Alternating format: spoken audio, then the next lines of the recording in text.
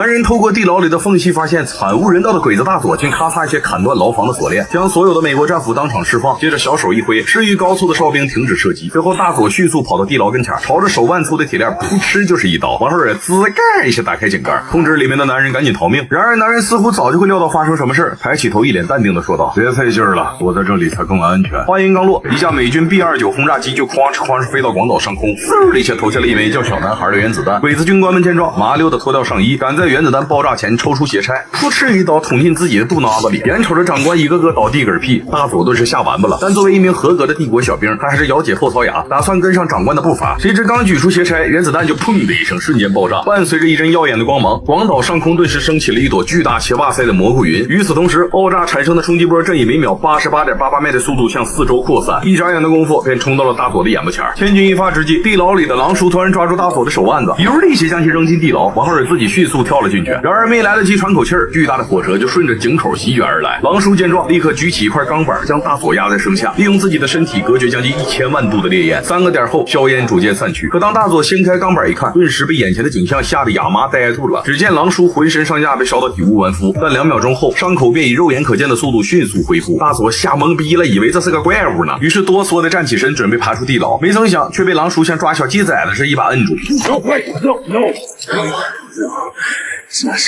果然，狼叔的嘴如同他们开了光似的。日本竟真在3天后遭受了第2枚原子弹的洗礼。就这么使，俩人在地牢中待了9天，直到日本宣布投降，才顺着铁链爬出深井。眼瞅着自己的家乡已经被夷为平地，大佐顿时激动的讲不出话，他太高兴了。一晃眼40年过去了，曾经年轻的大佐早已变成70的老头，躺在病床奄奄一息。这时他突然回想起40年前狼叔伤口自愈的场景，于是立刻以想要在临死前当面感谢救命恩人的名义，将狼叔接到日本。而当大佐看到狼叔的脸，果然跟40年前一毛一样，顿时就产生了提取狼叔体内的自愈因子，帮自己延长寿命的邪恶想法。可他知道狼叔警惕性特高，贸然接近绝对会引起怀疑，于是便让自己的贴身女医生研制了一种可以抑制自愈因子的水蛭，就是马条。王浩尔趁着狼叔睡觉的功夫，将马条偷摸植入他的体内。如此一来，狼叔的身体机能和自愈能力就会大幅下降。接着大佐假装因病嗝屁，邀请他参加自己的葬礼，并安排手下伪装成超度的僧人，让他们趁着狼叔上前悼念时将其活捉。然而葬礼刚开始，狼叔就敏锐地察觉到不太对劲儿。果然，当他气势汹汹地靠近眼巴前的僧人时，对方立马油的一下周开僧袍，掏出霰弹枪，只听啪的一声，狼叔的肚子被当场击穿。直到这时，狼叔才意识到自己的自愈能力竟消失不见了。可即便如此，狼叔依旧凭借着锋利的钢爪，唰唰几下解决到眼前的小卡拉蜜。然而就在他强忍着剧痛准备撩人时，却看到不远处有一名受伤的老妹儿。于是狼叔来不及思考，拉着老妹儿迅速撩人。可随着狼叔身上的伤口流血越来越多，他逐渐感觉有点力不从心。老妹儿见状，只好将狼叔带回到自己家里，让他好好养伤。就这样，在老妹儿的悉心照料下，狼叔的身体逐渐好转。可还没来得及表示感谢，2名小卡拉蜜再次找上门，将老妹儿掳走。眼瞅着老妹儿马上就被带上门车，狼叔立刻以100米冲刺的速度急速赶来。谁知刚抓住一头小卡拉蜜的肩膀头子，将其甩飞，门车就一脚地板油，迅速撩人。没招了，狼叔只好突的亮出利爪，逼迫刚刚被甩飞的小卡拉蜜说出他们的老巢。殊不知，这却正好中了瘪犊子大佐设下的套。因为大佐知道狼叔是一个见死必救的人，所以只要抓住老妹儿，狼叔必须想方设法赶来营救。到时大佐就可以利用女医生研制的新型毒药，将狼叔彻底干服。可令他没想到的是，狼叔却并没有第一时间找上门，而是闯入了一家医院，想办法恢复自愈能力。只见他躺在床上，操控 CT 机进行全身扫描，很快就发现自己心脏上吸附着一只马条。于是狼叔强忍剧痛，用钢爪划了开自己的大胸坎子。王浩尔徒手伸进体内，硬生生的把马条薅了出来。而随着狼叔的自愈能力完全恢复，他骑上了心爱的小摩托，